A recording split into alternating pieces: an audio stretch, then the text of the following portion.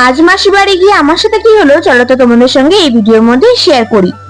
Hello নমস্কার সকলকে, কেমন আছো সকলে? আশা করি সকলে ভালো আছো, সুস্থ আছো। আমি খুব ভালো আছি। আজ চলে যাচ্ছি হচ্ছে মাসি বাড়ি, আর ডেটটা আমার ঠিক মনে নেই, কারণ যাচ্ছি হচ্ছে আমার মাসির বেবি শাওয়ারে। আগের বছর ওদের তোমরা অ্যানিভার্সারি দেখিয়েছো, তার আগের বছর বিয়ে দেখেছো, আর এইবার তোমাদের দেখাবো আমি বেবি শাওয়ার। যদিও বা আমার বড় ভিডিও করা হয়নি, আমি মিনি ব্লগের মধ্যে সবকিছু তোমাদের সঙ্গে শেয়ার করবো।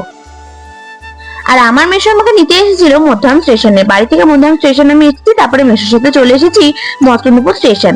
সেখান থেকে মাসিমণির বেবি শাওয়ারের জন্য ডেকোরেশনের জন্য কিছু জিনিসপত্র নিয়ে নিলাম। আর এই দোকানটার ক্যান্ডেলস গুলো এতটা সুন্দর, আমার খুব পছন্দ হয়েছে জানো তো।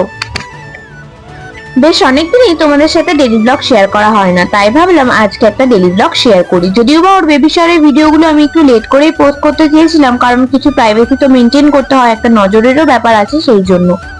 সত্যি কথা বলতে আমার মাসি বাড়িটা অনেকটাই মসলন্দপুর থেকে ভিতরে। এবার ওই জায়গাটা এতটাই ঠান্ডা যে ওখানে তোমার ফ্যানও চালাতে হবে না। আর আমি যেদিন গেছিলাম এত অসম্ভব বৃষ্টি হচ্ছিল, আর এত আমার মজা লাগছিল। বৃষ্টি তো আমার খুব পছন্দ, তোমরা সবাই জানো। কিন্তু ভিডিও করতে পারিনি কারণ কারেন্ট ছিল না, আর ফোনে চার্জ থাকবে না বলে এই ভয়তে আর ভিডিও করা হয়নি। যাই হোক, সবাই ভালো থেকো, সুস্থ থেকো, সাবধানে থেকো। রাধে রাধে।